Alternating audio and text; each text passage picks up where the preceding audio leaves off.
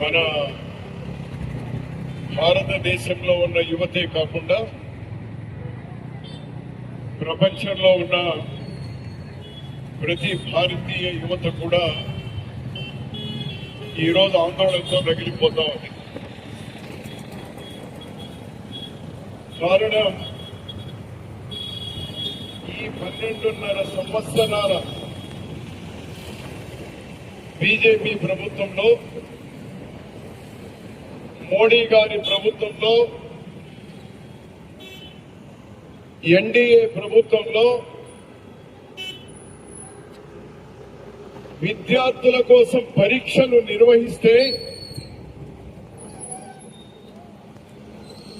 నీట్తో పాటు యూపీఏతో పాటు వివిధ ఉద్యోగాలకు సంబంధించి, కాలేజీలో సీట్లకు సంబంధించి 152 సందర్భాలలో 152 సార్లు పేపర్లు లీక్ అయినాయి.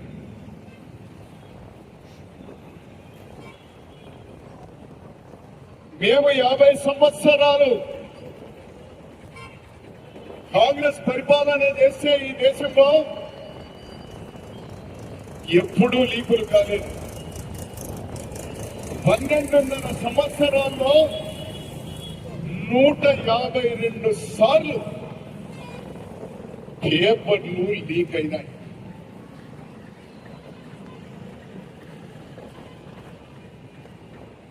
దీనిలో దాదాపు 1 కోటి కుటుంబాలు, 1 కోటికి పైన కుటుంబాలు ఇబ్బందులు పడ్డాయి. ఒక ఉద్యోగానికి ప్రిపేర్ కావాలంటే, ఒక ఎంబీబీఎస్ సీటుకు రెడీ కావాలంటే లక్షల రూపాయలు ట్యూషన్లకు, కోచింగ్ సెంటర్లకు ఇచ్చి విద్యార్థులు తయారవుతా ఉన్నారు. ధనికుల గురించి మానేయండి, వాళ్ళు లక్షలు కోట్లు పెట్టి సీట్లు కొనగలుగుతారు. ఈ బాధల్లో పేదవాళ్ళది, మధ్యతరగతి కుటుంబం వాళ్ళది. 3 రోజుల క్రితం నా దగ్గర 2 కుటుంబాలు వచ్చినాయి. ఆ పిల్లలు తీసుకొని వచ్చినారు. మేము ముందు రాసిన నీట్ పరీక్షలో మాకు దాదాపు 500 మార్కులు వచ్చేవి. రాసినాము, 500 రావాల్సినవి.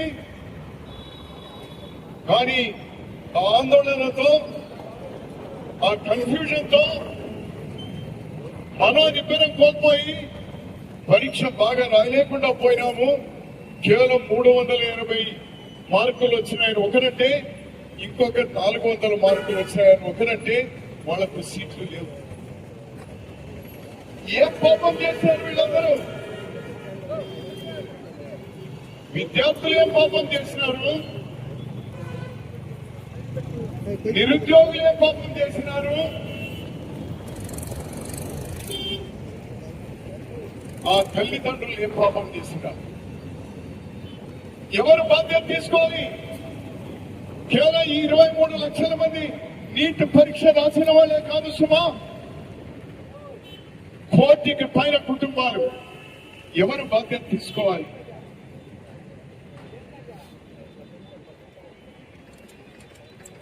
ముప్పై లక్షల ప్రభుత్వ ఉద్యోగాలు ఖాళీ ఉన్నాయి. గుర్తుపెట్టుకోండి, 30 లక్షల ప్రభుత్వ ఉద్యోగాలు ఖాళీ ఉన్నాయి సుమా. 12.5 సంవత్సరాల్లో ఉద్యోగాలు భర్తీ చేయడానికి మీ సమయం దొరకలేదా? 100 దేశాలు తిరిగినామని గొప్పలు చెప్పుకుంటారు, తిరగండి. 30 లక్షల ఉద్యోగాలు నోటిఫికేషన్ ఇవ్వడానికి టైం దొరకలేదా? ఉన్నది 2,30,00,000 మంది ప్రభుత్వ ఉద్యోగాలన్నీ కలిపితే అందులో 30 లక్షల ఉద్యోగాలు ఖాళీ పెడతారా మీరు? మీరు ప్రభుత్వాల్లోనే ఉద్యోగాలు ఖాళీ పెడితే ప్రైవేట్ వాళ్ళ మీద మీకు ఏమి అజమాయిషి ఉంటుంది, ఏమి హక్కు ఉంటుంది? 2014లో మేము ప్రభుత్వం దిగే నాటికి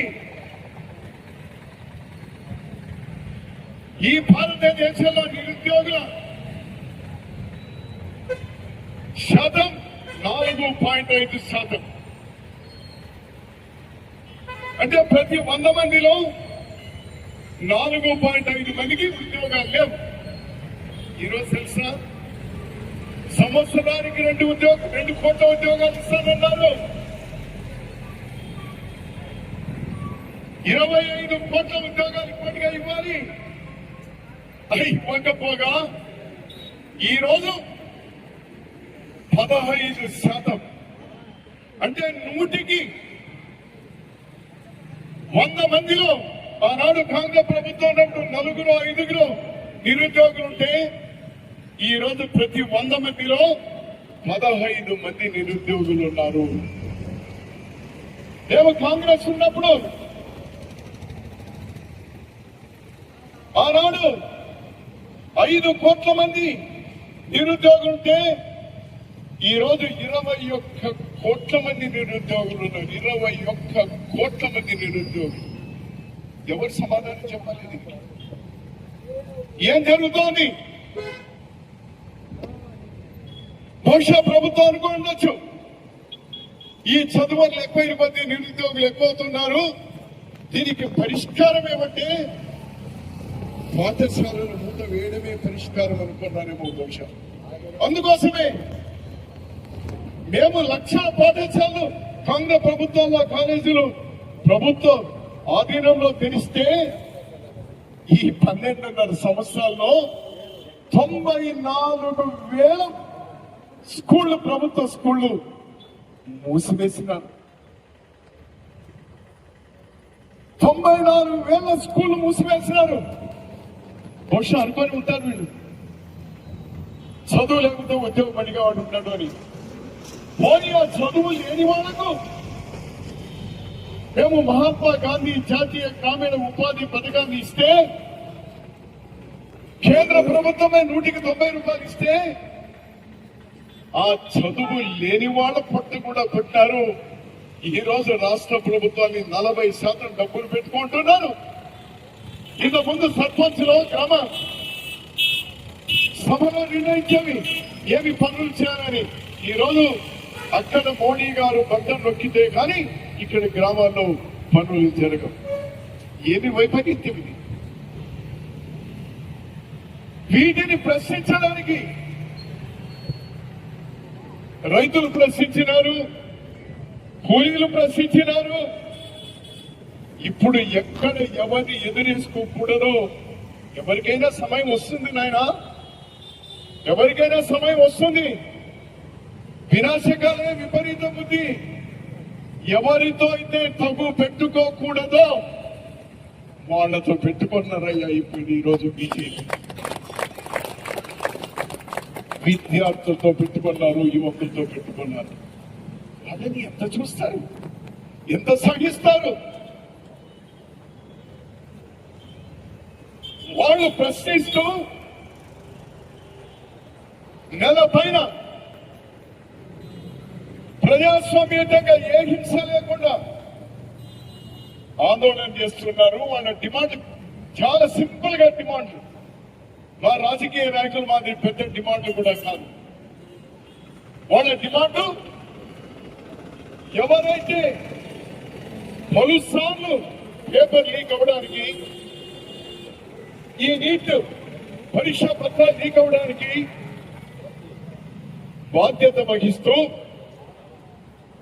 కేంద్ర విద్యాశాఖ మంత్రి రాజీనామా చేయాలి. రెండవది 21 మంది ఆత్మహత్య చేసుకున్నారు. ఇంకా పరంపర కొనసాగుతా ఉంది.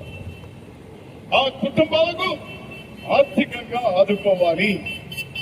మూడవది, దీనికి జవాబుదారీ ఎవరో, బాధ్యులు ఎవరో నిగ్గదీల్చాలి. ఇది తప్ప, ఆ యువకులు అడుగుతున్నటువంటి తప్ప, ఆ విద్యార్థులు అడుగుతున్నటువంటి తప్ప, వాటికి సమాధానం చెప్పరు. నిరాహార దీక్ష చేస్తే దాన్ని అవహేళన చేస్తారు, ప్రశ్నిస్తే దేశద్రోహులు అంటారు, పాకిస్తాన్ నుంచి వచ్చినారంటారు, చైనా నుంచి వచ్చినారంటారు. అంటే ఈ 152 సార్లు పేపర్ లీక్ చేసింది పాకిస్తాన్ వాళ్ళేనా, చైనా వాళ్ళ, లేక 21 మంది ఆత్మహత్యలు గురి అవడానికి వాళ్ళేనా? ఎంత నిస్సిగ్గుగా మాట్లాడతారండి. మీకు చేత కాకనో, లేక మీ దురుద్దేశాలతోనో, లేక మీరు ఇతరత్ర మీరేమైనా ఆశించో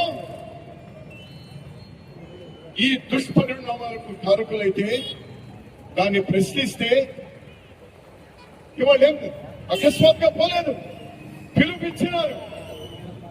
21వ తేదీ పార్లమెంట్ మొదలవుతుంది, చలో పార్లమెంట్ అని. నేను చలో పార్లమెంట్ మొదటిసారా, కొన్ని వందల సార్లు అనేకమైన పార్టీలు, అనేకమైన సంఘాలు, అనేక మంది ఇచ్చినారు, వాళ్ళు ఇచ్చినారు.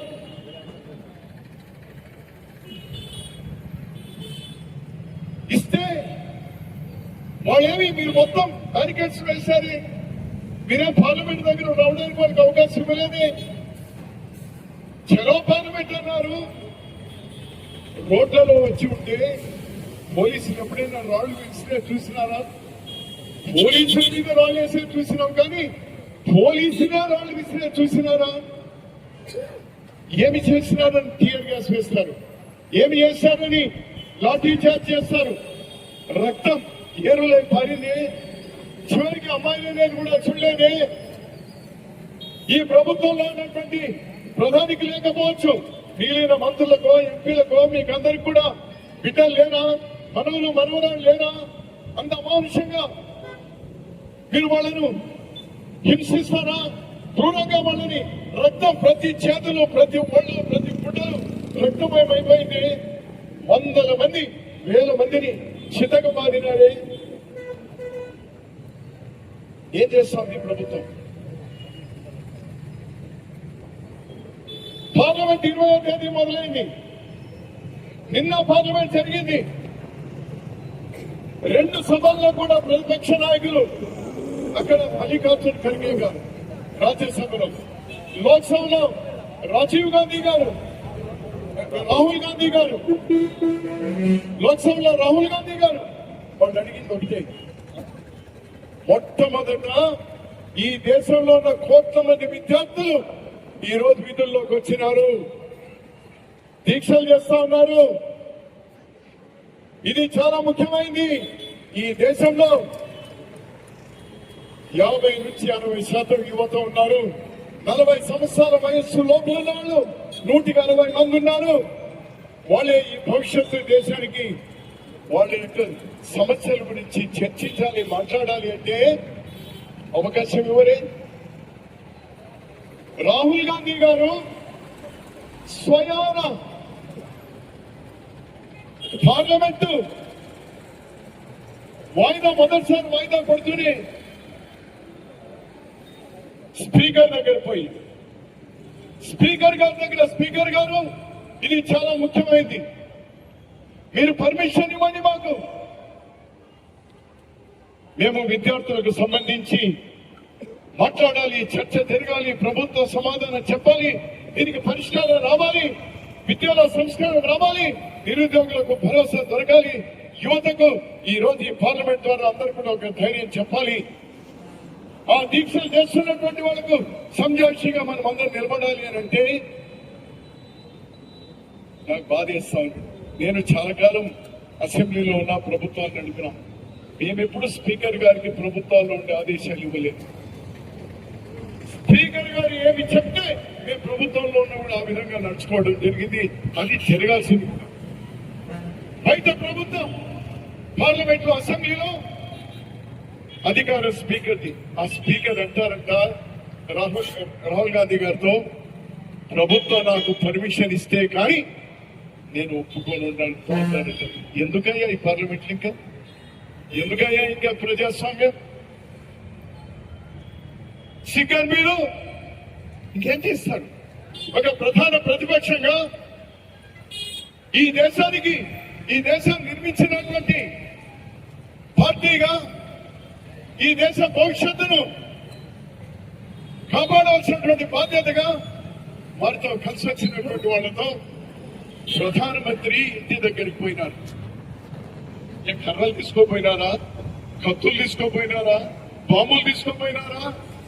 వాళ్ళు వెళ్ళింది ప్రధానమంత్రి అక్కడైనా చర్చలకు పిలుస్తారేమో, పార్లమెంట్ లో ఓపెన్ గా చెప్పుకోవడానికి అతనికి ఏమైనా నమోషి ఉంటే, లేక సిగ్గుపడతా ఉంటే, భయపడతా ఉంటే సమాధానం ఇవ్వడానికి అతని దగ్గర ఏమి చావం లేకుండా పోతే కనీసం అతను అతని సొంత ఇల్లు కాదు మాది, ఈ భారతదేశ ప్రజలు నిర్మాణం చేసినటువంటి అఫీషియల్ అధికారికమైనటువంటి నివాసాల దగ్గరికి వెళితే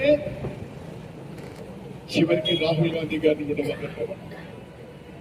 చాలదా మీకు?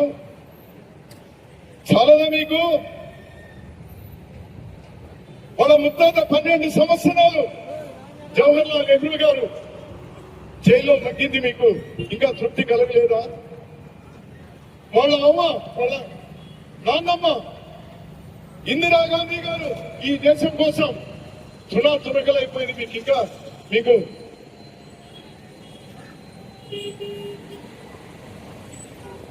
ఇంకా మీకు రక్తదాహం తీరలేదా?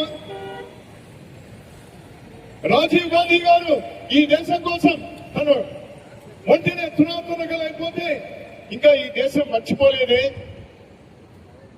అటువంటిది అమానుషంగా ప్రవర్తించి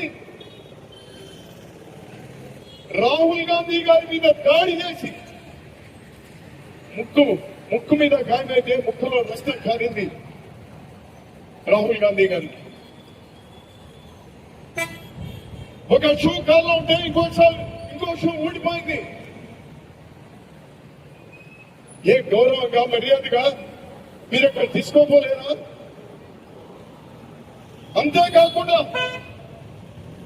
అదే కుటుంబానికి సంబంధించినటువంటి ప్రియాంక గాంధీ గారిని ఎక్కడైనా ఈ మడకసిలో కూడా ఎవరైనా మహిళలు ఏదైనా ప్రొటెస్ట్ చేస్తా ఉంటే వాళ్లను మగ పోలీసు తాకడానికి ధైర్యం చేయరే. ఒక సామాన్యమైన మహిళ కూడా పట్టుకొని వాళ్ళు జీప్ ఎక్కించడానికి ప్రయత్నం చేయరే. అటువంటిది ఢిల్లీలో ఆడ పోలీసులు లేరా? మగ పోలీసులు ప్రియాంక గాంధీ గారిని అడ్డగోలుగా ఎత్తుకొని ఆ జీపులో తోసినారే. ఏమనాలి ప్రభుత్వాన్ని? దీన్ని ఖండకావరమనాలా? కళ్ళు నెత్తినెక్కరేనాలా? అధికార మతమనాలా? విద్యార్థులు వదలరు, నిరుద్యోగుల్ని వదలరు, రైతుల్ని వదలరు, మహిళల్ని వదలరు, చివరికి ప్రతిపక్ష నాయకుల్ని, ఈ దేశానికి స్వాతంత్రం తెచ్చినటువంటి నాయకులు కూడా వదలరా మీరు? వీటిని ప్రశ్నించకూడదా?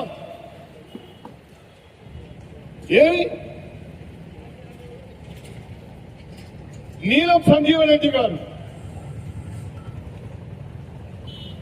బస్సులు ప్రైవేటీకరణ, ప్రైవేట్ బస్సు రూట్లు ఇవ్వాలి అనేటువంటి ఒక నిర్ణయం తీసుకుంటే ప్రభుత్వ తీర్పు కూడా కాదు, కోర్టులో ఇది సరైనది కాదు నిర్ణయం అంటే వెంటనే రాజీనామా చేసినారు అన్నాడు. లాల్ బహదూర్ శాస్త్రి గారు రైల్వే మినిస్టర్ గా ఉన్నప్పుడు ఒక యాక్సిడెంట్ జరిగితే వెంటనే రాజీనామా చేసినారు. అటువంటిది 152 సార్లు పరీక్ష పత్రాలు లీక్ అయితే అయ్యా విద్యాశాఖ మంత్రి ప్రధాన్తో రాజీనామా చేయించండి అంటే ఎందుకు మీకు ఆ ఫాల్స్ ప్రిస్టేజ్ అని అడుగుతా ఉన్నాం. అతను రాజీనామా చేసి అసలైనటువంటి వాళ్ళ మీద చర్యలు తీసుకోనంటే ఎందుకు ఈ పరిస్థితి వస్తుంది ఏంటని నేను కోర్టులకు పోయేదాన్ని కోట్ల వరకు తెచ్చుకున్నారు. ఈ రోజు స్లోగన్ నిన్నటి రోజు బెంగళూరు పైన ఏం జరుగుతుందో చూద్దామని పైన ఏ రాజకీయ పార్టీ వాళ్ళు లేరు. అక్కడ స్వచ్ఛందంగా 11:30 పైన 100 మంది ఉన్నారు, 5:30 వరకు ఉన్నారు, మధ్యలో గంట భోజనానికి పోయినారు.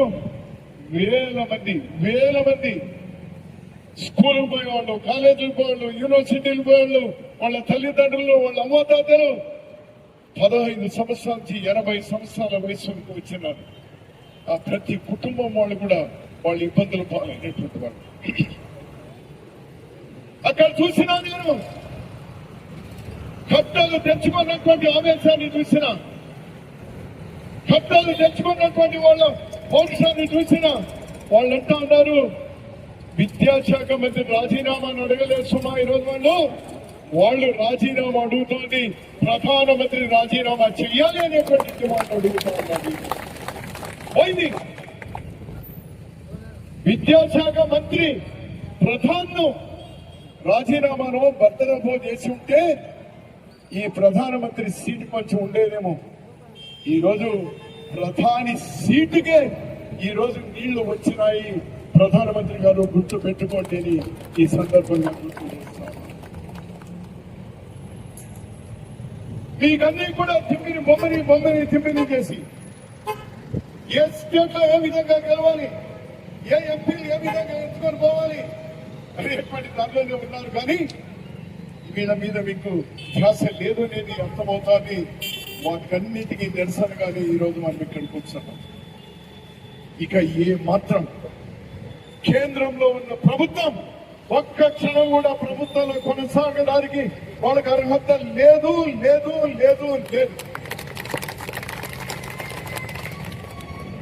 ఇప్పటికైనా మీకు సిగ్గు ఎక్కువైనట్టుంటే రాజీనామా చేసి మేము అయోగ్యులమని వెంటనే రాజీనామా చేసేది. మీకెందుకయ్యా రాజ్యం, మీకెందుకయ్యా అధికారం? 60% ఉన్నటువంటి విద్యార్థులకు, యువకులకు, నిరుద్యోగులకే మీరు గ్యారెంటీ ఇవ్వలేనప్పుడు మీరు అయోగ్యులు అని ఈ సందర్భంగా మేము మనవి చేస్తున్నాం. ఇది కేవలం రాజకీయం కోసం మేము తాపత్రయపడేది కాదు. యువత మేల్కొన్నది మన రాష్ట్రంలోనే. దురదృష్టం మన రాష్ట్రంలోనే ఇంకా యువత అక్కడ బయటికి రాలేదు. దానికి కారణం అందరూ మోడీ గారి దగ్గరనే ఉన్నారు. అది దురదృష్టం, ఈ రాష్ట్రానికి పట్టినటువంటి దురదృష్టం. ఎవడో ఒక ప్రతిపక్షం వాళ్ళు, అసెంబ్లీలో ఎమ్మెల్యేలు ఉన్నటువంటి వాళ్ళు ఎవరో ఒకరు దీన్ని ప్రశ్నించేటువంటి రాష్ట్రాలు ఉన్నాయి. కానీ ఈ రాష్ట్రంలో అధికారంలో ఉన్న వాళ్ళు, ప్రతిపక్షంలో ఉన్న అందరూ దురదృష్టం అటువైపే ఉన్నారు. అందుకోసం ఇంకా జనం చూస్తున్నారు. ఈ విధంగా ఉంటుంది అనుకోవద్దు. మోడీకి గ్యారంటీ పట్టింది, మోడీకి మూడింది.